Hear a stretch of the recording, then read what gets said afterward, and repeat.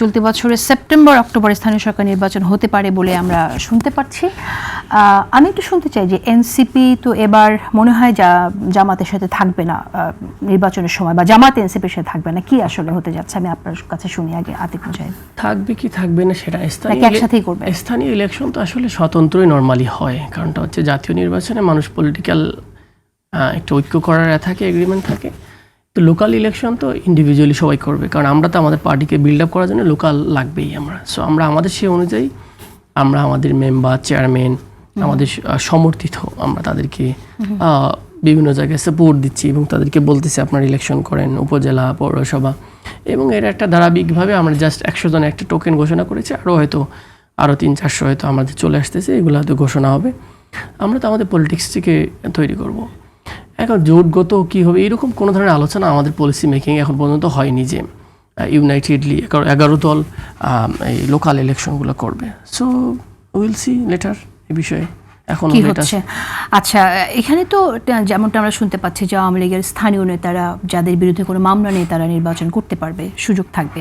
সেক্ষেত্রে কি মনে হয় যে কেমন হতে পারে নির্বাচন? এটা গভর্নমেন্ট আপনারা কিরকম, এটা বিএনপি আসলে চিন্তা করবে।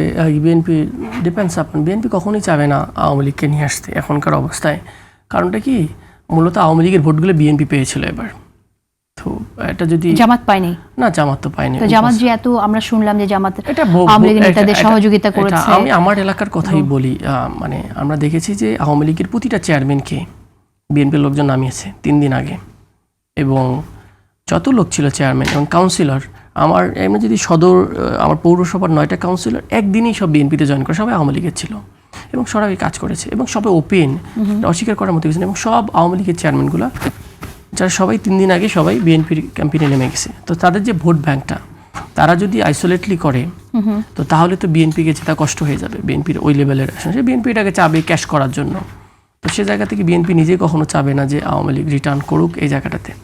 আর দ্বিতীয়ত হচ্ছে যারা আওয়ামী লীগের রিয়েলি আওয়ামী লীগ, তো আমরা দেখলাম ওনাদের মহাসচিব, আসলে বিএনপি চাওয়া না চাওয়ার উপর ডিপেন্ড করে। আমরা দেখছি ওনাদের মহাসচিব বলতেছে আওয়ামী লীগ এবং democracy doesn't go hand to hand.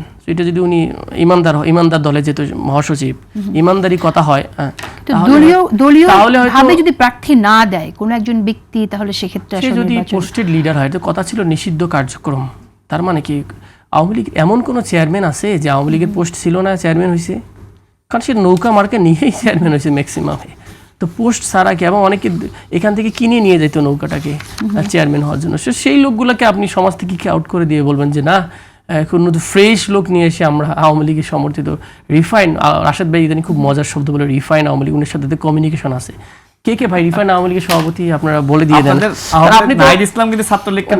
আপনারা তো সবই জানেন, কারণ আপনি দেখেন কারা কত টাকা কোথায় লেনদেন, সুতরাং আপনি এটা ডিলিংসে থাকেন। হয় আপনার সাথে সরকারি কোনো এজেন্সি আপনাকে সাপোর্ট করে, না হলে এমন কোনো তথ্য বাবা তো নাই, পালাই গেছে সজীব বাবা, এখন কোনো তথ্য বাবা আছে কিনা আমি সেটাও জানি না। যেটা আপনাকে তথ্য দেয় সে যে বলে ফেলে। হ্যাঁ, তো আমার সম্পর্কে যেটুকু জানতে যুক্ত বলছেন, একটু আমার সম্পর্কে দুর্নীতিগুলো ফাঁস করলে আমি খুশি হব। আচ্ছা, আমি